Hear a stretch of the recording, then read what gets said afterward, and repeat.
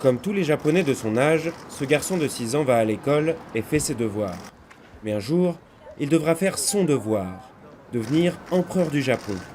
Contrairement à celle de la famille royale britannique, les règles de succession au Japon interdisent aux princesses d'accéder au trône. La naissance de Hisahito, seul héritier mâle de la famille, a donc été un soulagement. Elle permet à la lignée impériale, considérée comme la plus ancienne au monde, de se perpétuer. Tout le monde est soulagé qu'il soit enfin né. On s'inquiétait qu'aucun garçon ne naisse. Nous avons accueilli cet enfant avec tout notre cœur.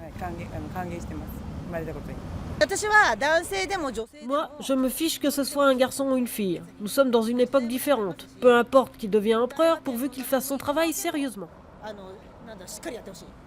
Si les modalités de succession ne sont pas réformées d'ici là, Hisahito devrait accéder au trône après son oncle ou son père, Hisashino. On sait peu de choses sur ce petit prince, mais les mieux informés affirment qu'il mène une vie relativement normale. Ça m'étonnerait qu'il joue déjà aux jeux vidéo sur son téléphone portable. Mais ce n'est finalement pas si différent des familles ordinaires, c'est le genre de décision qui dépend de lui et de la volonté de ses parents, tout simplement.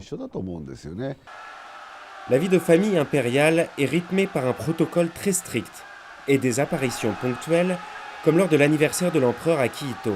Ces moments codifiés sont les seules images disponibles de la famille. L'agence impériale veille à ne diffuser que des informations triées sur le volet, et les paparazzis ont renoncé à traquer le souverain et son entourage. Une forme d'autocensure de la presse japonaise, selon ce journaliste.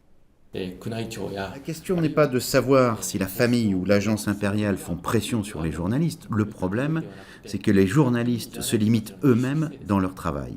Quand ils disposent d'une information sensible, ils décident d'un commun accord de ne pas la diffuser par peur de contrarier l'agence. C'est tout.